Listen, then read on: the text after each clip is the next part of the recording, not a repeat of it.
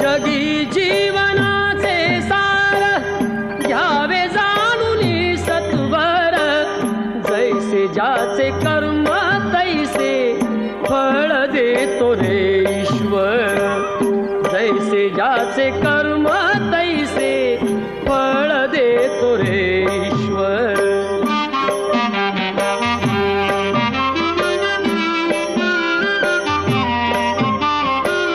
क्षणिक सुखासाठी अपुऱ्या कुणी हो